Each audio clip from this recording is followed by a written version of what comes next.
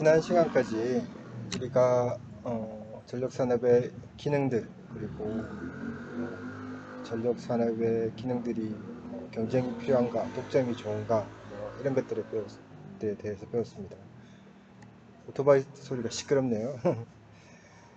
네, 그래서 오늘은 이제 타임 밸류 오브 머니, 돈의 시간적 가치에 대해서 배우도록 하겠습니다. 아주 기초적인 개념입니다. 이건 이제 기초적인 개념인데, 이거는 전력 경제에 있어서 가장 기초적인 개념이기도 하고, 여러분들이 앞으로 이쪽 전력 산업 쪽에 종사하지 않는다 하더라도 살아나가는 데 있어서 꼭 알고 있어야 할 내용들이라고 할 수 있겠습니다. 그래서 아마 여러분들 실생활에 많이 도움이 될 겁니다. 먼저 문제가 하나 나와 있네요. 자, 돈의 시간적 가치를 보는 문제인데요. 오늘 10만원어치 술을 산다. 1년 후에 10만원어치 술을 산다. 10년 후에 100만원어치 술을 산다. 이런 문제예요. 여러분들한테 물어보는 겁니다. 어떤 걸 선택을 할래? 어떤 친구가 여러분들한테 이렇게 물어봤습니다. 어떤 걸 선택을 할래? 오늘 술 먹을래? 아니면 1년 뒤에 우리 술을 한잔 할까? 10만원어치로. 아니면 내가 10년 뒤에 돈을 많이 벌어가지고 아주 좋은 데 가서 한 100만원치 술을 먹자, 양주를 먹자, 이런 이야기죠. 그죠? 여러분들 어떤 선택을 하시겠습니까? 오프라인 수업이었다면 한 명씩 붙잡고 제가 물어봤을 겁니다. 어떤 선택을 하시겠습니까? 현재 10만원, 1년 후에 10만원, 10년 후에 10만원, 어떤 것이 좋습니까? 현재의 10만원, 1년 후에 10만원은 딱 비교를 해봤을 때 이거는 누구나 쉽게 대답할 수 있을 것 같아요. 그죠? 당연히 뭘 선택을 하겠습니까? 현재의 10만원을 선택을 하겠죠. 1년 뒤라는 거는 불확실성이 있잖아요. 그죠? 그 친구가 약속을 안 지킬 가능성도 있고, 아니면 그 친구가 사고가 날 수도 있고, 아니면 그 친구가 돈을 못 벌 수도 있고요. 그런 여러 가지 불확실한 요소들이 있지 않습니까? 그렇다면 당연히 오늘 10만원어치 술을 먹는 게 좋은 선택이겠네요. 그죠? 당연하죠. 그죠? 자, 그렇다면 현재의 10만원하고 10년 후에 100만원, 이건 좀 선택이 아마 여러분들 갈릴 겁니다. 그죠? 어떤 학생들은 10년 후에 우리 아주 비싼 술, 좋은 술을 먹어보자 라는 생각을 할 수도 있겠고, 어떤 친구들은 제가 아까 말씀드린 그 불확실성을 고려를 해서 10년을 어떻게 기다려, 지금 먹는 게 낫지 라고 생각할 수도 있을 것 같습니다. 그래서 이 부분에 대해서는 이 두 가지 대안에 대한 결정은 개인에 따라 다르다라고 할 수 있겠죠. 근데 이거를 이제 비교를 좀 객관적으로 해봐야 되잖아요. 그죠? 여러분들. 그러니까 물론 그냥 개인적인 이런 술 먹는 문제 같으면 그냥 개인에 따라서 다르다라고 생각하면 끝인데, 이게 만약 투자다 라고 생각을 한다면 누구한테 이걸 보여줘야 되잖아요. 어떤 게 더 좋은 대안인지 보여줘야 되죠. 그죠? 다시 말해서 설득을 해야 되겠죠. 그죠? 어떤 게 더 좋은 선택인지. 그걸 하기 위해서는 우리가 뭘 알아야 된다? 돈의 시간적 가치, time value of money에 대해서 잘 알아야 되겠다는 겁니다. 그러면 이 돈이 시간에 따라서 왜 가치가 틀려지는가를 생각해 봐야 되겠죠. 여기 그 두 가지 이유가 나와 있습니다. 첫 번째는 돈의 수익력입니다. earning power of money입니다. 돈이 돈을 번다는 이야기죠. 여러분들 은행에 돈을 넣어 놓으면 이자라는 걸 주지 않습니까? 그죠? 즉 돈이 돈을 번다는 이야기입니다. 10만원을 지금 은행에 집어넣어 놨을 때 10년 후에 100만원이 될 것인가? 뭐 될 수도 있고 안 될 수도 있겠죠. 그게 돈의 시간적 가치에 영향을 미친다라는 겁니다. 두 번째는 인플레이션입니다. 물가죠, 그죠? 물가 상승이죠. 여러분들 인플레이션이란 단어는 많이 들어봤죠. 매년 뭔가 물가가 오르고 있지 않습니까? 상품의 가격이 오른다는 이야기입니다. 그러면 아까 우리가 10년 뒤에 100만원 가지고 양주를 먹겠다라고 생각을 했었는데 실제로 양주를 못 먹을 수도 있잖아요. 소주값 지금 소주가 뭐 한 병에 만원씩 해서 10병을 먹는다. 그러면 10년 뒤에 소주 값이 얼마가 될 것인가? 소주값 10년 뒤에 소주가 뭐 한 병에 10만원이 됐다 그러면, 물론 가게에서 이야기하는 겁니다. 10만원이 됐다 그러면 여전히 10년 뒤에도 소주 10병을 먹는 그런 일이 벌어지잖아요. 그죠? 그렇죠? 그걸 이야기하는 겁니다. 어떤 상품의 가격이 지속적으로 오른다라는 이야기입니다. 그거에 따라서 결국은 돈의 시간적 가치가 달라진다 라고 할 수 있는 거죠. 자, 기억합시다. 돈의 시간적 가치는 왜 변하는가? 첫 번째는 earning power of money고요. 두 번째는 inflation입니다.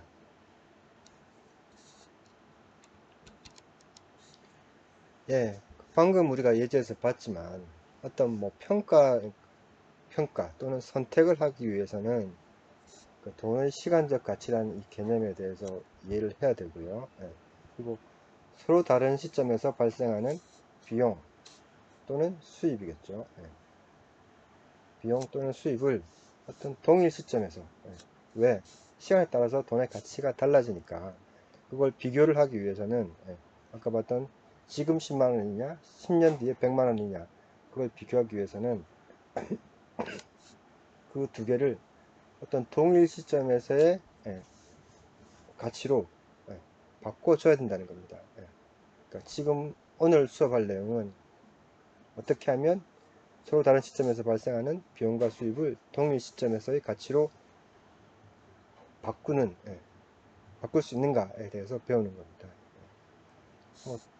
당연한 이야기지만 서로 다른 시점에서 발생하는 비용이나 수입을 시간에 따른 가치 변화를 고려하지 않고 바로 비교할 수는 없습니다. 방금 본 예제에서처럼 지금의 10만원 그리고 10년 뒤에 100만원을 바로 비교할 수는 없다는 이야기입니다. 그리고 앞에 슬라이드에서 이야기했던 것처럼 돈의 가치가 변하는 두 가지 원인은 물가 상승, 인플레이션, 반대로 물가 하락도 있을 수 있겠죠. 디플레이션. 그러니까 인플레이션 또는 디플레이션 같은 어떤 경제적인 힘에 의해서 돈의 구매력이 변한다는 이야기입니다. 그러니까 같은 돈으로 살 수 있는 상품의 양이라든지 뭐 그런 것들이 변한다는 이야기입니다. 그러니까 여러분들 일반적으로 이제 인플레이션 하면 왜 가격이 계속 오를까요? 어떤 상품의 가격이 오른다라는 이야기는 뭐 나중에 다시 수요와 공급에 대해서 배우겠지만 물건은 한정되어 있는데 수요가 늘어나는 거예요. 더 많은 사람들이 뭐 어떤 물건을 사용하겠다. 뭐 예를 들어서 아이폰이 1년에 100만 대밖에 못 만드는데 그걸 사겠다는 사람은 200만 명이다. 그러면 가격이 오를 수밖에 없겠죠. 그죠? 더 많은 사람이 원하니까. 그렇듯이 그러니까 수요가 증가하면 가격이 올라갈 겁니다. 그죠? 반대로 수요가 감소를 하면 가격이 떨어지겠죠. 그런데 일반적으로 이제 뭐 어떤 우리나라가 뭐 예를 들어서 우리나라가 같은 경우에는 계속 경제가 성장을 하잖아요. 그러니까 더 많은 생산을 하게 되잖아요. 그죠? 더 효율적으로 되고. 그렇게 되면 우리가 벌어들이는 수입이 점점점 많아지는 거고요. 수입이 많다는 이야기는 물건을 더 사겠다는 의지가 생긴다는 이야기잖아요. 그죠? 돈을 많이 벌었으니까 지금은 차가 없지만 여러분들 취직하면 지금은 차가 없지만 취직해서 월급을 받으면 차를 사볼까라는 생각이 들죠, 그죠? 예. 그래서 점점 더 많은 사람들이 더 많은 물건을 사려고 하게 되고, 그렇게 되다 보면 어떤 일반적인 상품들의 가격이 상승하는 효과를 나타내게 되겠습니다. 예. 그게 인플레이션이죠. 예. 뭐 그렇게 보는 방법도 있고요. 예. 또 하나는 뭐 우리 뭐 석유가 고갈된다 이런 이야기 많이 들어보셨죠, 그죠? 예. 그러니까 원유는, 그러니까 지구상에 있는 원유는 아주 제한적인 자원이죠, 그죠? 근데 우리가 계속 써서 없애고 있잖아요, 그죠? 그러면 그 자원이 점점점 희소해지는 거고요. 예. 거기에 따라서 그 원유의 가격이 점점점 올라가겠죠. 예. 그러니까 그런 것도 어떤 상품의 가격 상승에 영향을 미칠 겁니다. 예. 그런 것들이 다 결합이 되어서 전반적인 가격의 상승을 일으킨다라는 이야기입니다. 인플레이션이라고 이야기하고요. 예. 두 번째는 아까 제가 뭐라 그랬습니까? Earning Power of Money라고 이야기했습니다. 그러니까 인플레이션이나 디플레이션하고는 아무 상관이 없이 어떤 돈이 투자가 되면 그리고 시간이 지나면 수익이 발생한다는 이야기입니다. 물론 손실이 발생할 수도 있겠지만 대부분 우리가 투자를 한다는 것은 돈을 벌겠다고 하는 거잖아요, 그죠? 그러니까 돈을 투자를 해서 시간이 지나면 수익이 발생한다. 요 두 가지 이유로 인해서 돈의 가치가 시간에 따라서 변한다는 이야기입니다. 뭐 이건 방금 우리가 했던 이야기 또 반복하고 있죠, 그죠? 그래서 서로 다른 시점에서 발생하는 비용 또는 편익, 수익을 비교하기 위해서는 동일한 시점의 가치로 바꿔야 할 필요가 있다라고 하겠습니다.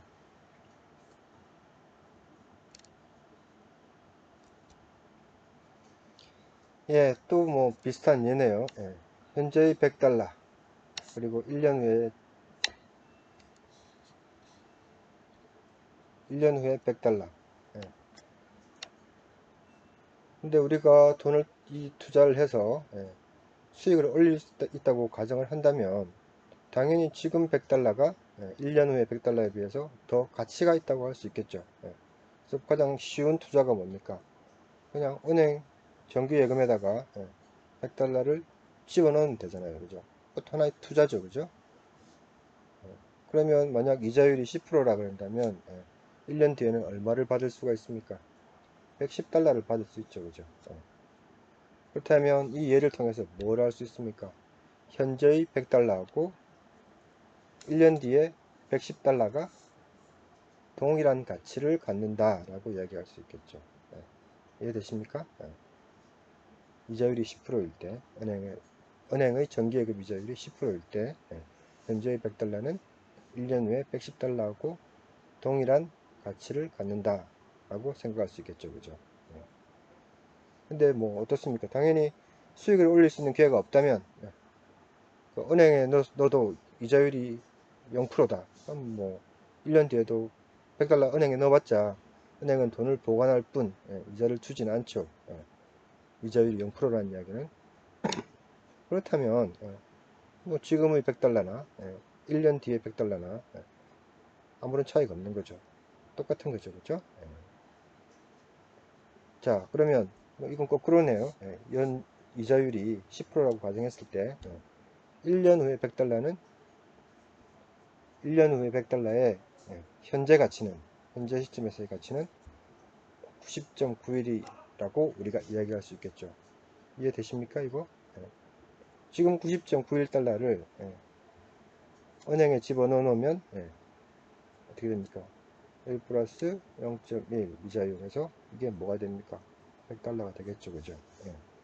지금 90.91달러를 은행에 집어넣으면 이자율이 10%니까 0.1만큼 돈을 더 받게 되는 거고, 그래서 1년 뒤에 100달러가 되겠죠, 그죠?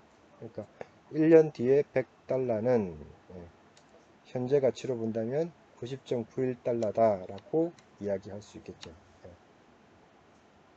그러니까 이런 계산을 우리가 필요로 한다는 겁니다. 뭘 이용을 했습니까? 이자율이라는 것을 이용을 했습니다.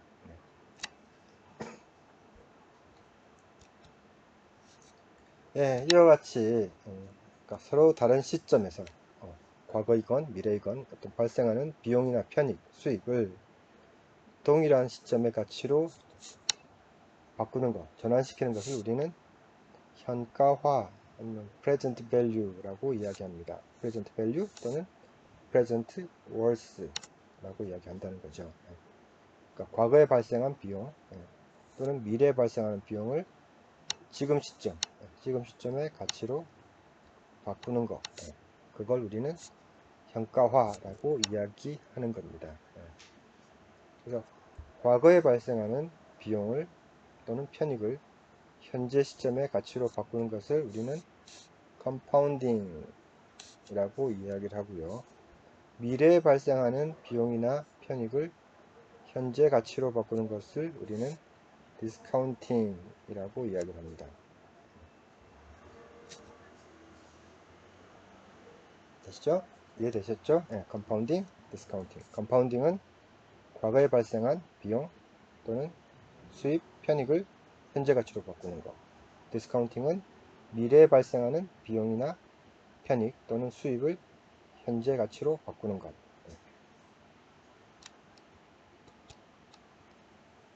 자, 이제 인플레이션에 대해서 조금 더 자세하게 한번 보도록 하겠습니다. 인플레이션이라고 하면, 인플레이션은 우리가 일반적으로 이렇게 우리말로 번역하면 할 수 있을 것 같아요. 일반적인 물가 상승, 일반 물가 상승. 그리고 여기서는 이제 에스컬레이션이라는 개념이 하나 더 들어오는데요. 에스컬레이션은 가격의 상승입니다. 어떤 특정한 상품의 가격 상승입니다. 이거는 일반적인 가격 수준의 상승을 이야기하는 거고요. 에스컬레이션은 특정한 상품의 가격이 오르는 것을 이야기합니다.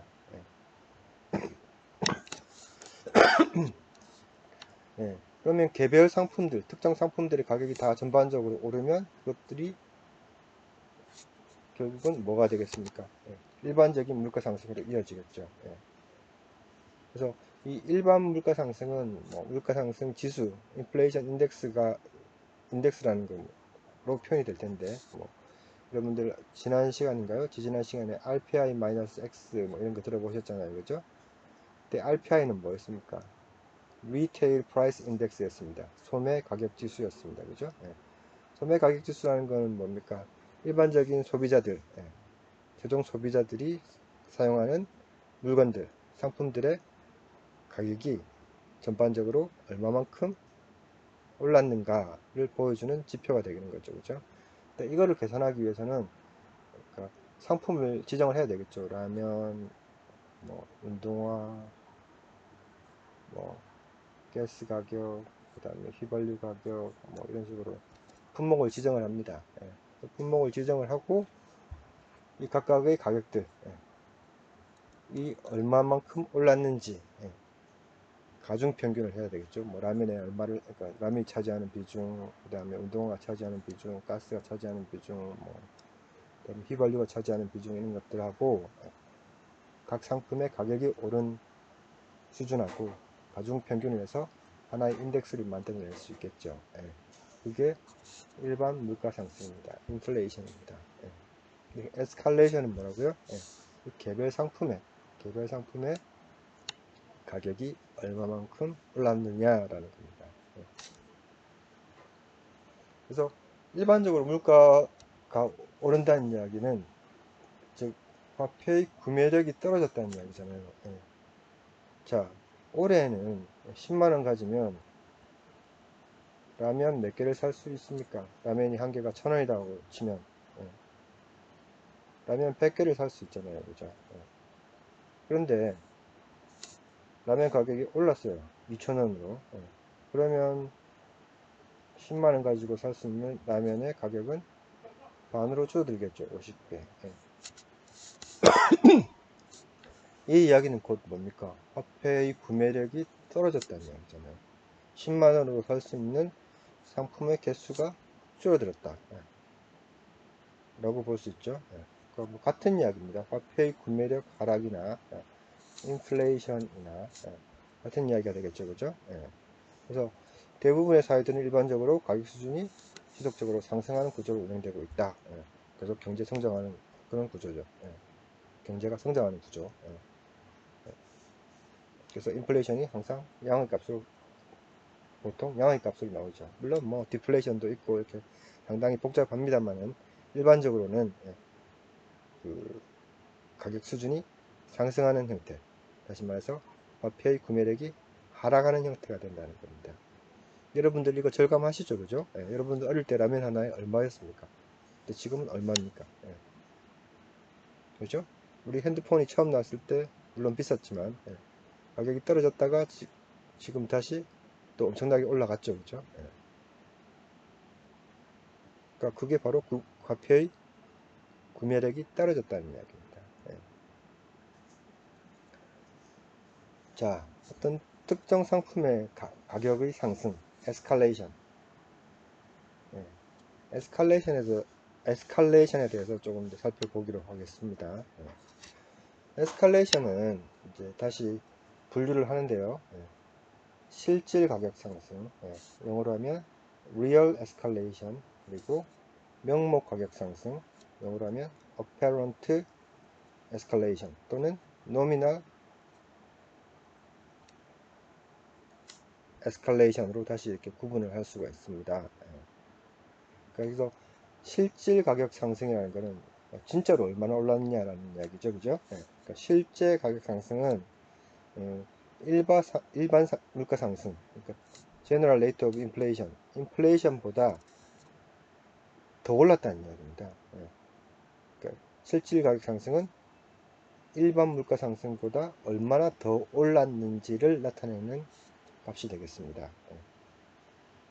그래서 이 실질적인 가격 상승은 전반적인 화폐의 구매력 하락하고 상관없이 자원의 고갈이라든지 새로운 규제가 나타났다든지 아니면 갑자기 수요가 늘어났다든지 이런 현상으로 인해서 특정 상품의 가격이 일반적인 가격 상승보다 더 올랐다는 것을 의미하는 겁니다. 만약 이런 일들이 없었다면 일반적인 물가 상승 수준으로 가격이 올랐겠죠, 그죠? 아까 우리가 휘발유 이야기를 했는데 휘발유는 그러니까 일반 물가 상승이 뭐 5%였다. 인플레이션율이 5%였는데 휘발유 가격은 7% 올랐더라. 얘는 왜 이렇게 7%더 올랐을까? 화폐의 구매력 하락보다 더 크게 올랐다는 거죠, 그죠? 이렇게 이런 일이 발생하는 이유는 뭐냐라는 거죠. 자원이 없다. 자원이 점점 없어지고 있다. 그래서 희소성이 높아지고 있다. 아니면 새로운 규제가 뭐가 있겠습니까? 뭐 휘발유 안에 들어가 있는 황 성분을 뭐 어떤 특정한 수치 이하로 줄여야 된다라고 정부가 규제를 했다 그러면 그 황 성분을 제거하기 위해서 돈을 들여야 되겠죠. 그래서 가격이 올라갔다든지 아니면 경기가 너무 좋아져 가지고 아니면 뭐 사람들의 생각이 바뀌어 가지고 더 차를 많이 사게 됐다든지 그래서 수요가 늘어났다든지 그런 일이 발생을 하면 그러니까 실질적인 가격 상승이 일어난다는 이야기입니다. 다시 한번 이야기하지만 실질 가격 상승은 뭐라고요? 일반적인 물가 상승, 인플레이션보다 더 오른 것을 의미합니다. 물론 일반적인 물가 상승보다 덜 오를 수도 있겠죠. 그럴 때는 실질 가격 상승은 마이너스가 될 겁니다. 그것도 마찬가지로 뭐 갑자기 새로운 자원이 발견이 됐다든지 아니면 새로운 규제 완화가 이루어졌다든지 아니면 갑자기 수요가 줄었다든지 그런 일이 벌어진다면 실질 가격 상승은 인플레이션보다 낮아지게 되겠죠. 실질 가격 인플레이션보다 낮은 게 아니라 실질 가격 상승은 마이너스가 되겠죠. 제가 말이 너무 빠릅니까? 입술이 마르네요. 이해하셨습니까? 그래서 여기 다시 나오지만 실질 가격 상승은 일반 물가 상승, 인플레이션에 독립적이다. 인디펜던트 하다라는 이야기입니다. 아까 앞에 슬라이드에서 본 것처럼 인플레이션하고 그러니까 상관없이, 돈의 구매력 하락하고 상관없이 자원의 고갈 또는 수요의 폭증, 또는 뭐 새로운 규제 이런 거에 의해서, 다른 요인에 의해서 발생한 거기 때문에, 그래서 뭐 이렇게 이야기할 수 있죠. 실질 가격 상승은 일반 물가 상승 부분을, 그러니까 가격 상승에서, 특정 상품의 가격 상승에서 일반적인 물가 상승, 인플레이션 부분을 제외한 것이다, 라고 이렇게 이야기할 수도 있겠죠. 그죠? 반면에 이제 명목 가격 상승, 그러니까 앞에서 이야기했던 nominal escalation 또는 apparent escalation은 그냥 눈에 보이는 그 상품의 연간 총 상승률로 정의가 된다는 이야기입니다. 그냥 눈에 보이는 가격의 상승률이에요. 아까 우리가 휘발유 가지고 7% 올랐다라고 얘기했지 않습니까? 이게 바로 apparent escalation 또는 nominal escalation 이라는 겁니다. 그러니까 당연히 명목 가격 상승은 뭘 포함하고 있습니까? 인플레이션하고 리얼 에스컬레이션 모두를 포함하고 있겠죠. 그죠? 그래서 리얼 에스컬레이션하고 apparent escalation의 관계는 이렇게 쓸 수가 있습니다. 여기서 1 플러스 E는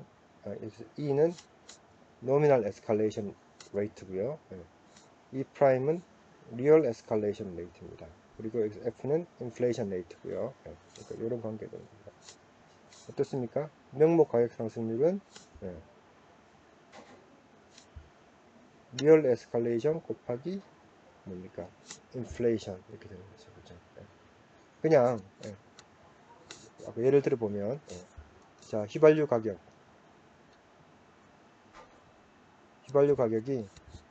1,000원이었는데 리터당, 그런이었는데 이게 1,070원이 됐다. 2020년에 리터당 1,000원이었는데 2021년에 1,070원이 됐다. 그러면 7% 오른 거잖아요. 그죠? 이 7%를 뭐라 그런다? 명목 가격 상승률, nominal escalation rate라고 이야기한다는 겁니다. 그러면 이제 이 휘발유의 리얼 에스컬레이션은 얼마일까 찾아볼 수 있겠죠. 그죠? 자, 1 플러스 2는 뭡니까? 명목 가격 상승률 0.07. 자, 1 플러스 2 프라임. 모르는 겁니다. 실질 가격 상승률. 그리고 1 플러스 뭐가 필요합니까? 인플레이션이 필요하겠죠. 그죠? 인플레이션 레이트. 자, 인플레이션 레이트를 알기 위해서 우리가 저기 한국은행에 들어가서 RPI, 소비자 물가 지수,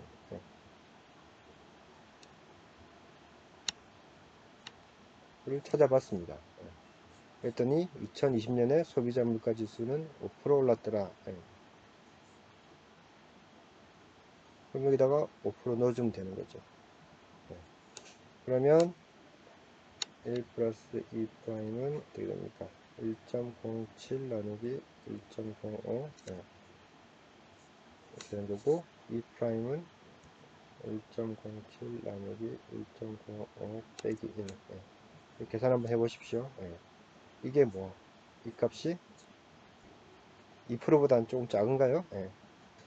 이 값이 뭐라는 이야기입니까? 휘발유의 리얼 에스컬레이션 레이트라는 겁니다. 이해되셨습니까?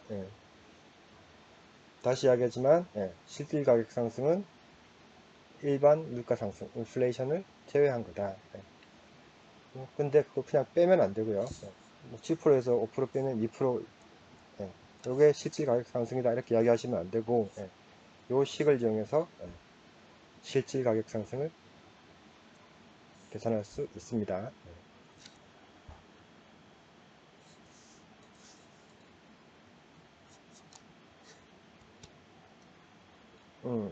자, 문제가 하나 나와 있네요. 자, 2020년에 석탄 가격은 1주당 1달러다라고 나와 있습니다. 그리고 연간 인플레이션 레이트, annual inflation rate는 6% per year입니다. 1년에 6%씩 물가가 오른다고 합니다. 그만큼 화폐의 구매력이 떨어진다는 이야기겠죠. 자, 그리고 2020년에서 2030년까지 석탄의 가격이 자원 고갈로 인해서 석탄이 자꾸 없어지고 있는 겁니다. 자꾸 사용하니까. 그래서 자원 고갈로 인해서 연 1.5%씩 상승하고 있다고 합니다. 연 1.5%씩. 자, 이게 뭐죠? 6% per year. 이거는 인플레이션 레이트고요. 자원 고갈로 인해서 발생한 거니까 이거 1.5%는 뭡니까? 이거는 리얼 에스컬레이션입니다. 그죠? 리얼 에스컬레이션. 우리가 뭘 알고 있는 겁니까? 리얼 에스컬레이션 알고 있고, 그 다음에 인플레이션을 알고 있습니다.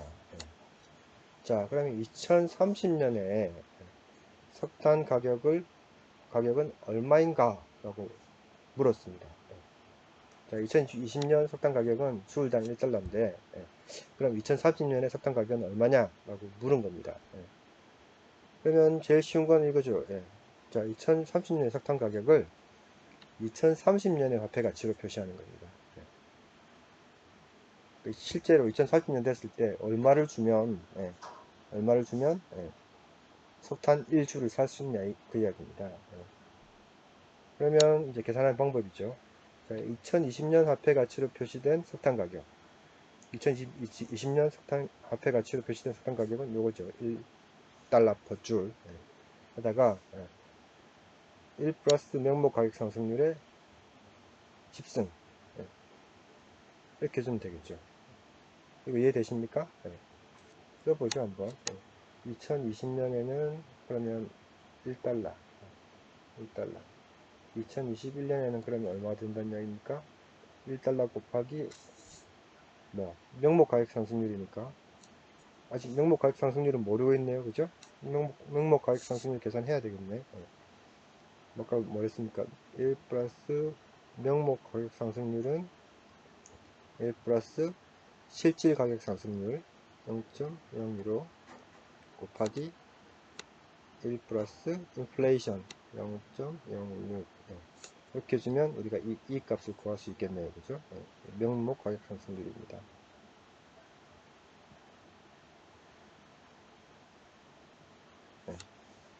눈에 보이는 거죠. 눈에 보이는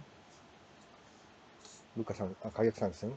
그걸 넣어줘야지만 2030년에 실제로 2030년에 얼마를 주면 석탄 1주를 살 수 있는지를 계산할 수 있겠죠. 그죠? 그래서 이가 계산되어 있다 치고 그냥 가정을 할까요? 6%에다 1.5%니까 계산을 한번 해볼까? 수업 시간이면 여러분들한테 시키면 되는데 제가 계산을 해야 되겠네요.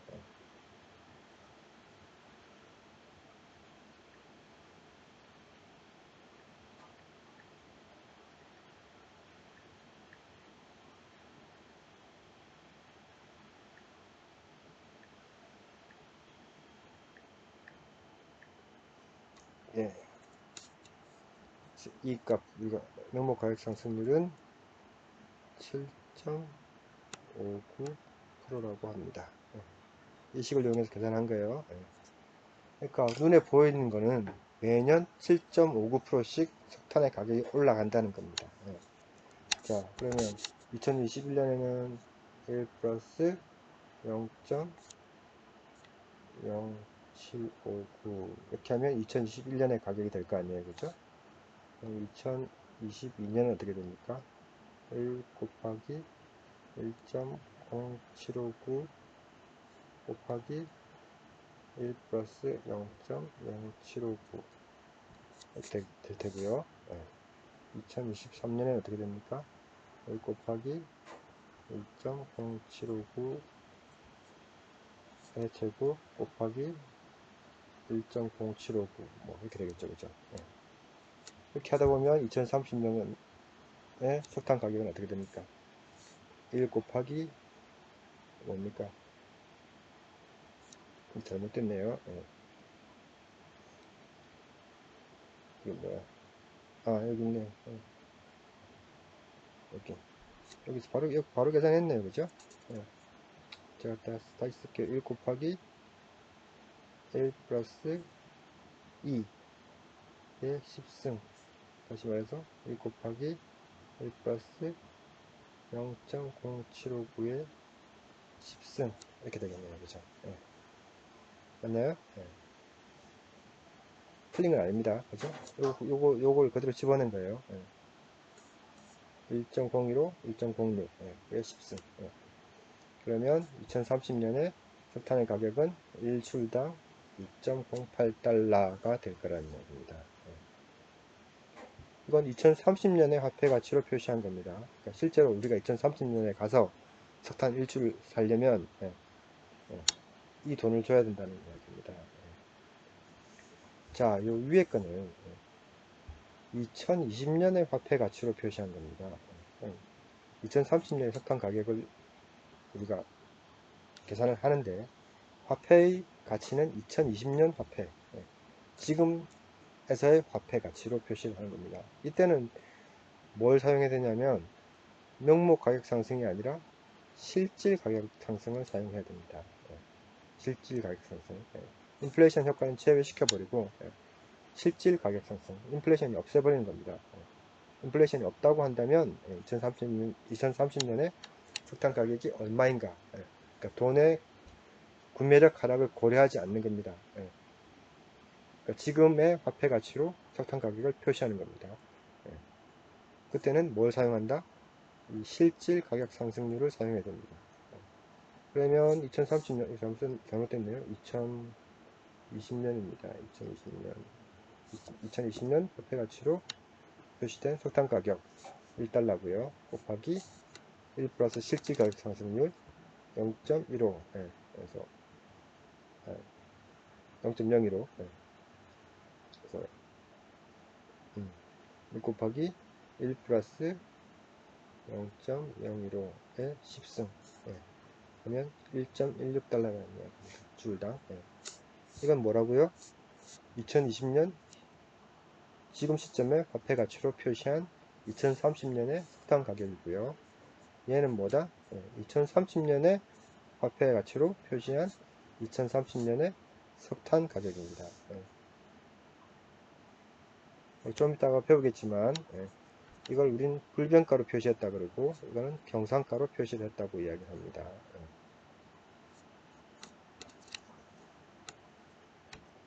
그러니까 어떤 특정한 시점에서의 화폐 가치로 표시한 거고요. 이거는 어떤 미래 시점의 화폐 가치로 표시한 겁니다.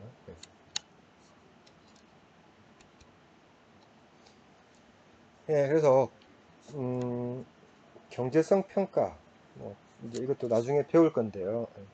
경제성 평가를 한다는 거는 어떤 투자를 해서 투자를 할 때 그 투자를 할 것인지 말 것인지를 결정하는 그런 행위를 우리는 경제성 평가라 그러거든요. 다시 말해서 우리가 투자를 했을 때 돈이 되냐 안 되냐, 이 투자를 해야 되냐 말아야 되냐, 그런 걸 하는 거, 그런 작업을 우리는 경제성 평가라고 이야기합니다. 당연히 돈을 다루는 거고요. 그런 걸 할 때는 당연히 뭘 해야 되겠습니까? 막 지금 돈이 들어가고 돈은 또 수입은 미래에 나오니까 그것들을 다 현재 시점의 가치로 바꾸어서 비교를 해야 될 거 아니에요. 그죠? 수입과 비용을. 그걸 할 때 우리가 뭘 고려를 해야 됩니까? 돈의 시간적 가치를 고려해야 된다는 이야기고, 돈의 시간적 가치를 고려한다는 이야기는 인플레이션, 에스컬레이션을 고려를 해야 된다는 이야기잖아요. 그죠? 맞나요? 그리고 돈의 earning power of money, 돈의 수익력도 고려를 해야 되겠죠. 그죠? 그래서 지금 다루는 건 인플레이션, 에스컬레이션이니까, 자, 그러니까 현가화할 때, 현재 가치화할 때, 미래에 발생하는 비용, 수익을 현재 가치화할 때, 우리가 인플레이션 영향을 고려할 수도 있고, 고려하지 않을 수도 있습니다. 아까 우리 석탄 가격 볼 때, 2020년 화폐 가치로 표시하는 경우, 그리고 2030년 화폐 가치로 표시하는 경우가 있었잖아요. 그죠? 그러니까 2020년 화폐 가치로 표시했다는 이야기는 일반 물가 상승을 고려하지 않았다는 이야기고, 2030년 화폐 가치로 표시했을 때는 인플레이션을 고려를 했다는 이야기죠. 그죠? 뭐 어느 쪽이든 상관은 없습니다. 예. 근데 중요한 거는 뭐냐면 모든 비용이나 모든 변수들, 할인율이라든지 이자율이라든지 가격 상승이라든지 이런 것들은 항상 동일한 기준, 인플레이션을 고려하려면 고려를 하고, 이 모든 것에서 인플레이션을 고려하지 않으려면 이 할인율 이자율에서도 인플레이션을 고려하지 않아야 된다는 이야기입니다. 할인율이나 이자율에 대해서는 또 뒤에 다시 한번 말씀을 드리겠습니다. 이거는 할인율 이자율은 아까 말씀드렸던 earning power of money를 이야기하는 겁니다.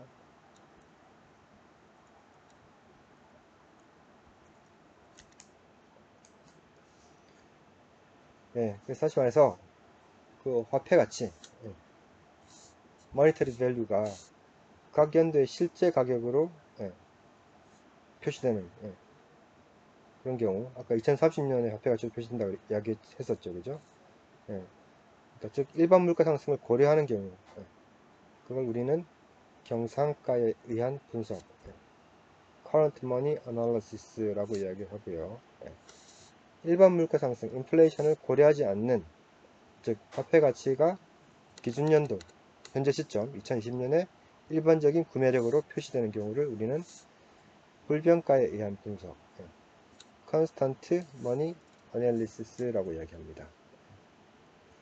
다시 말해서 constant, current money analysis 또는 apparent money analysis, 경상가에 의한 분석을 할 때는 인플레이션 그리고 리얼 에스컬레이션을 다 고려를 하는 거고요. 이 constant money analysis 할 때는 인플레이션은 고려하지 않습니다. 즉 리얼 에스컬레이션만 고려를 한다라는 이야기입니다. 그래서 그럼 언제 current money analysis를 하고 언제 constant money analysis를 하는가라고 할 것인가를 생각해 봐야 되겠죠. 그래서 대부분의 이제 뭐 경제성 평가에서는 보통 이 constant money analysis를 많이 합니다. 그게 일반적이고요. 반면에 세금 계산이 들어간다거나 아니면 재무 분석 또는 예산 편성 이런 것들을 하기 위해서는 경상가 분석을 사용하는 것이 편리하다라고 이야기하고 있습니다. 왜 그럴까요? 세금, 재무, 예산 이런 것들은 돈이 어떻게 표시가 됩니까? 각 연도의 실제 가격으로 표시가 되죠. 어떤 특정 시점의 화폐 가치로 돈이 표현되지 않는다는 이야기입니다. 세금도 어떻습니까? 여러분들 그 해 벌어들인 돈의 수익에 대해서 그냥 바로 계산을 해버리죠, 그죠? 그걸 굳이 현재 시점에서의 가치로 바꿔가지고 세금 계산을 하는 게 아니잖아요. 재무 분석도 마찬가지입니다. 재무 분석도 어떻습니까? 이거 재무 분석이라는 거는 장부를 보고 하는 거거든요. 가계부에 나와 있는 걸 가지고 분석을 하는 건데 가계부에는 어떻게 씁니까? 그냥 그날 쓴 돈을 그날 화폐 가치로 그대로 기입하잖아요, 그렇죠? 예산을 편성하는 경우도 마찬가지입니다. 내년 예산은 500조다 했을 때 그게 현재 화폐 가치로 표시한다 이런 이야기는 없잖아요, 그죠? 그냥 내년에 500조 쓴다 그렇게 그냥 표시되는 거예요, 그죠? 그러니까 여기에 그러니까 세금 계산이나 재무 분석이나 예산 편성이나 다 뭐란 이야기입니까? 경상가로 표시가 된 거예요. 그러니까 각 연도에 화폐 가치로 표시가 된다는 이야기입니다. 근데 이런 데이터를 가지고 분석을 하려면 당연히 뭘 해줘야 되겠습니까? 경상가 분석을 해야 한다는 이야기입니다. 경상가 분석을 한다는 이야기는 인플레이션을 고려한다는 이야기고 이 할인율이나 이자율을 선택할 때도 경상가 분석에 맞는 할인율이나 이자율을 사용을 해야 된다는 겁니다. 근데 경상가 분석을 사용을 하든 불변가 분석을 사용을 하든 결과는 동일하고요. 동일하고요. 그리고 경상가 분석을 한 결과를 불변가로 이렇게 표시할 수도 있습니다.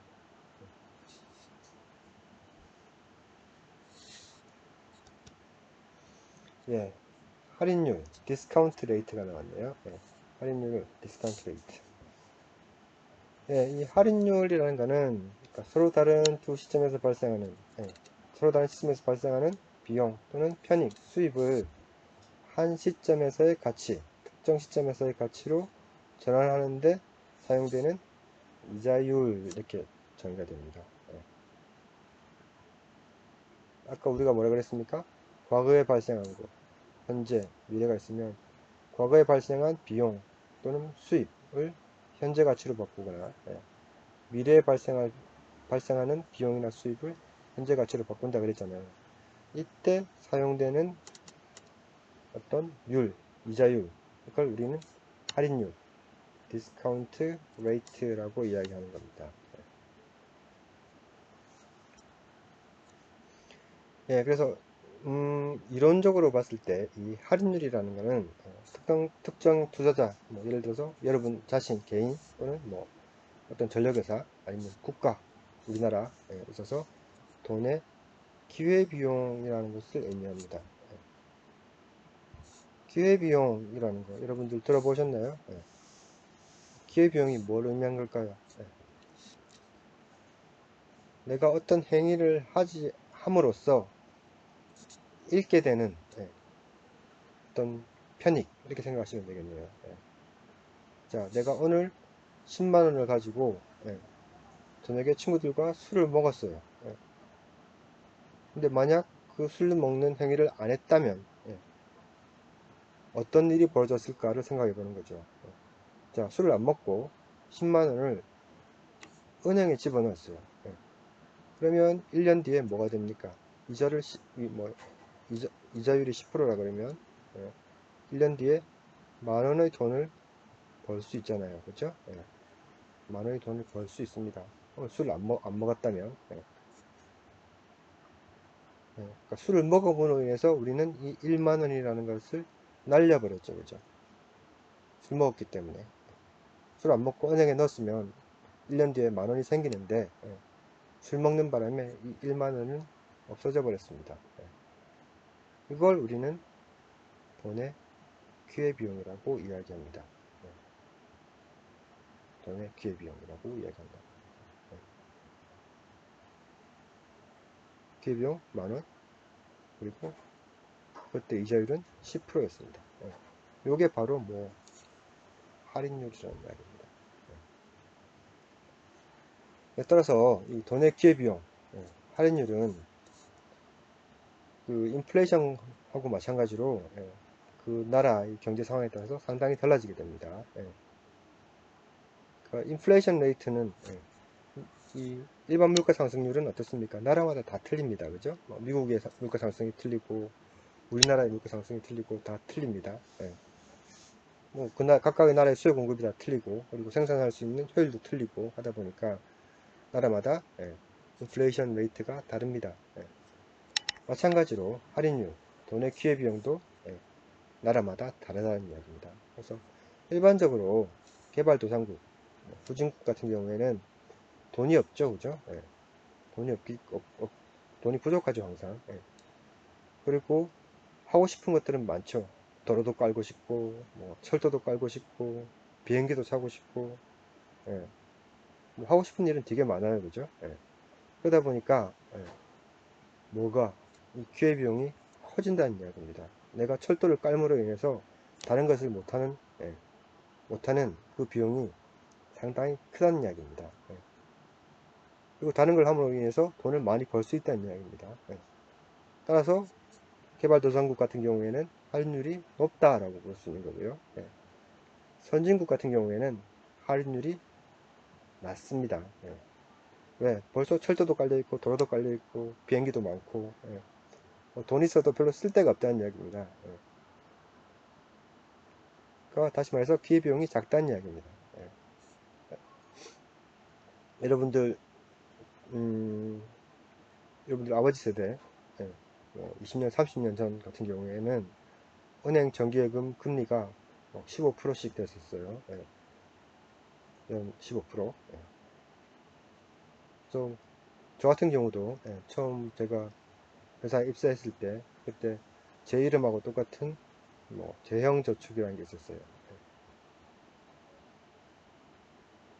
이건 이제 뭐 신입사원들이 할 수 있는, 젊은 사람들이 저금할 수 있는 예금 상품이었는데, 그때 금리가 막 15% 정도 됐었어요. 지금은 어떻습니까? 여러분들 취직해가지고 뭐 돈 벌어서 은행에 저축을 하면 얼마 줍니까? 정기예금은 뭐 1%, 뭐 조금 좋은 상품도 한 2%, 2%? 이거밖에 안 주죠, 그죠? 이자율이 이렇게 떨어졌습니다. 과거 우리나라는 15%였는데 지금은 1%, 2%밖에 안 된다는 이야기입니다. 자, 과거 15%줄 때는 우리나라가 어떤 상황이었다? 개발도상국이라는 이야기죠, 그죠? 하고 싶은 일이 너무 많았던 겁니다. 돈을 어디다 쓰면 다른 걸 못하는 그런 상황이 많았다는 이야기고요. 지금은 거의 선진국이 된 거죠, 그죠? 돈 쓸 데가 없다는 이야기입니다. 투자해서 돈을 벌 수 있는 기회가 별로 없다는 겁니다. 어떻게 보면 여러분들한테는 조금 불행한 이야기죠, 그죠? 저금을 해도 돈이 안 모여.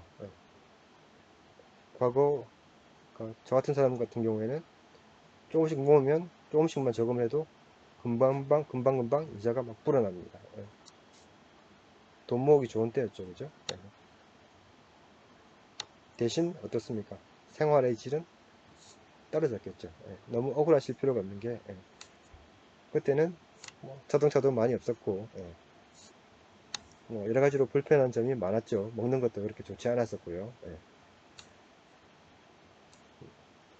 반면에 여러분들은 어떻습니까? 뭐 살기는 많이 좋아졌죠. 물론 반대로 돈을 불리는 데는 좀 어려움이 있을 것 같아요. 그죠? 어쩌다 보니까 이야기가 조금 샜네요. 어쨌든 돈의 기회비용 할인율은 나라마다 다르고 개발도상국의 경우에는 할인율이 높고 선진국은 할인율이 낮다. 자, 그러면 개인들 간에도 이 돈의 기회비용은 다르겠죠. 그죠? 그러니까 여러분들 같이 젊은 학생들 그리고 저같이 나이 든 사람 어떨까요? 여러분들이 생각하는 할인율은 저보다는 훨씬 높을 겁니다. 저는 할인율이 낮아요. 왜? 여러분들은 어떤 선택을 함으로 인해서 잃게 되는 게 아주 큽니다. 여러분들이 차를 사는 순간 어떻게 됩니까? 차를 사는 순간 다른데 주식 투자를 한다든지 비트코인에 투자를 한다든지 해서 돈을 벌 수 있는 기회를 날려버리는 거잖아요. 아주 오랜 시간 동안. 근데 저는 이제 살 날이 그렇게 많지 않죠, 그죠? 그러면 제가 그러니까 아주 좋은 뭐 투자 상품이 있어가지고 돈을 넣어봤자 제가 죽기 전에 벌 수 있는 돈은 그렇게 크지 않습니다. 그리고 여러분들은 하고 싶은 게 많죠. 저는 하고 싶은 게 그렇게 많지 않습니다. 나이가 들었으니까 다 해봤으니까. 근데 여러분들은 안 해본 게 많잖아요, 그죠? 그래서 여러분들 젊은 사람들은 할인율이 높고 기회비용이 크고 나이 든 사람들은 할인율이 낮다.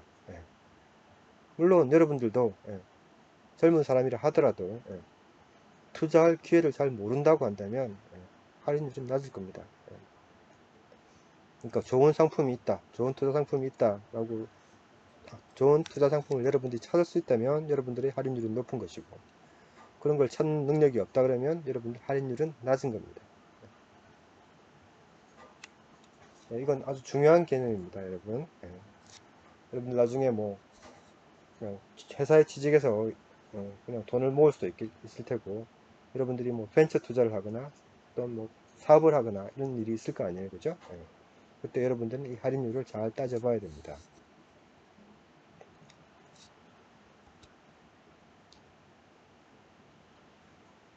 예, 오늘은 여기까지 하고 다음 시간에 할인율에 대해서 조금 더 자세하게 한번 보도록 하겠습니다.